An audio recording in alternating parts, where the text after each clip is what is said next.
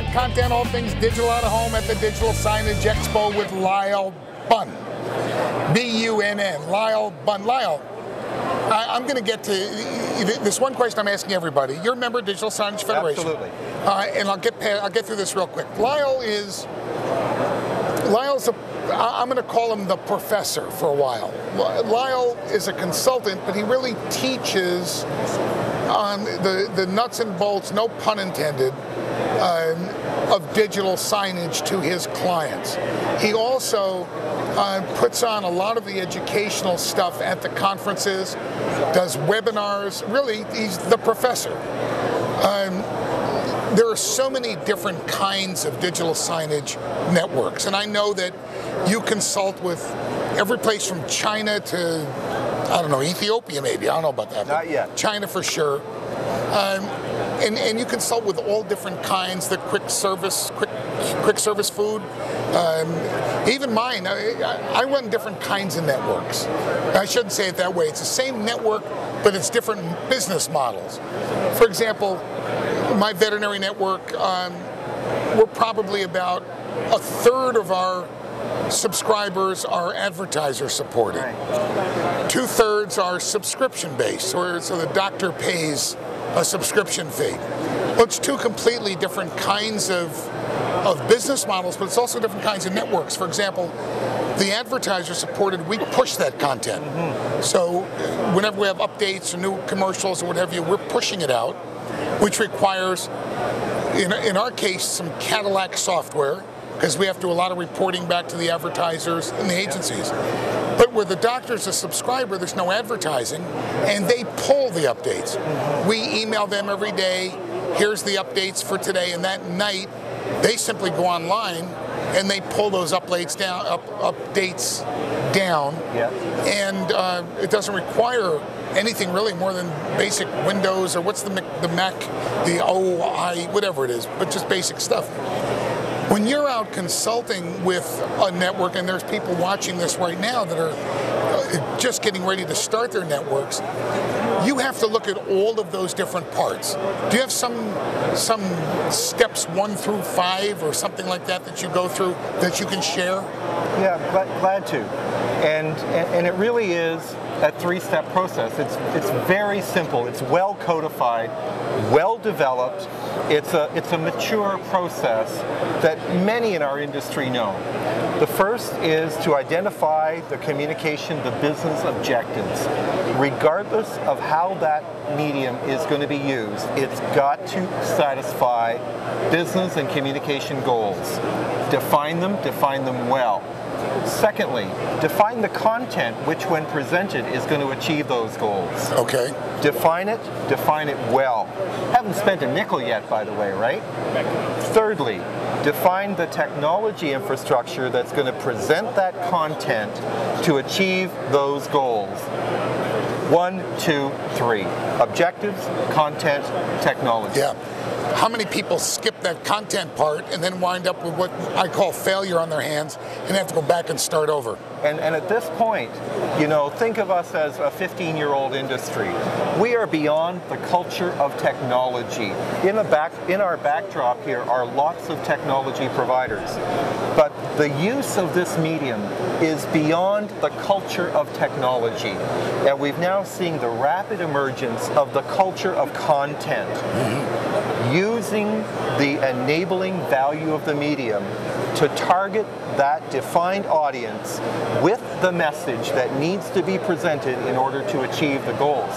So the dramatic shift that's occurring is toward a culture of content, which speaks very favorably to the engagement of those brand agencies, the guardian of the brand, to have them really now realize that we're beyond trial at this point. It's a proven medium.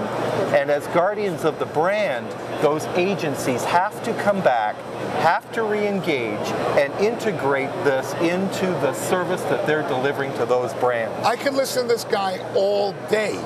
I could sit there. I would need a break, you know, every now and then, because, hey, I'm old. But, yeah, it's not, I guess people know what you're talking about, but you just verbalize it so well. Good job. Hey, may I add to that just briefly? Okay. So those... But I got another question for you too. Okay, those agencies, $190 billion a year goes into advertising. It's paid advertising. Yes, those agencies, media planners... How much? $190 billion in North America is spent to influence people into the decision that companies want them to make. Wow. So that whole marketing industrial complex is set up to promote, influence, inform. Now we see end user organizations in food service. These are the McDonald's, the Bank of Americas. We see corporations realizing that the best value that they might get in communicating is to communicate effectively to their patron in their premises. So we now see within this culture of content the integration of paid advertising, paid media with owned media, the media like dynamic signage and the internet that is owned by that enterprise, and the role that those two things interlaced can play with gaining earned media, word of mouth and loyalty. You know what happened is I kind of got lost after the $190 billion. Because once you told me it was $190 billion in paid advertising, I saw my VP of advertising and marketing go walking by. And I'm thinking, hey, I don't think our salespeople are selling enough for us to get our share of that $190 billion. Yeah. Where is he? George. A question for you on, it's obvious your participation in digital signage. I think in the Federation, pretty much everybody in our business knows it. But why would you recommend people become members of the Digital Signage Federation? Somebody's out there right now who's just got assigned responsibility for deploying a network in shoe stores. What's the benefit to them to go online and join the Digital Signage Federation? You'll recall several years ago when the invitation was made to become a member of the Digital Signage Federation. And I immediately filled out that application and I gave it to the person and he said, Lyle, that was fast, thank you. And I asked if I was the first and the answer was, yes, Lyle, you are. And that commitment is no less since that application. And in fact, this is a knowledge-based business. Communicating and achieving business goals is a knowledge-based business. And at the pace of change, of development, of evolution, and of shifts to new plateaus of effectiveness, you just can't sleep. You cannot use last year's solution and expect to deliver best value. Let's realize that what is being deployed here is a 4 to 9 year capital investment that's integrating with the operation and the processes of the organization and will be integral to achieving its goals. So we've got to stay abreast of best practices, and participation in Digital Signage Federation with the opportunity to meet like this to support very good quality programming, as is the case with webinars and education events, to support the body of knowledge that has to do with making smart investment. Moving into the research area, for example, is very, very important for Digital Signage Federation to bring that objective, comprehensive, which we are doing this year. We've put together a research committee to try to get some real hard data for each of the different, what do you call them, silos? Not silos. What do you call it? Each of the different verticals? Vertical markets. Within our industry. Again, I can go on all day with this guy right here. So could I. Lyle, thank you.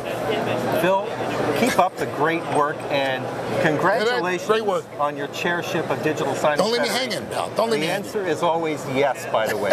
So please be kind in your requests. Thank you, Lyle. Well done, Phil. I'll see you in a little bit. You'll see me in a little bit.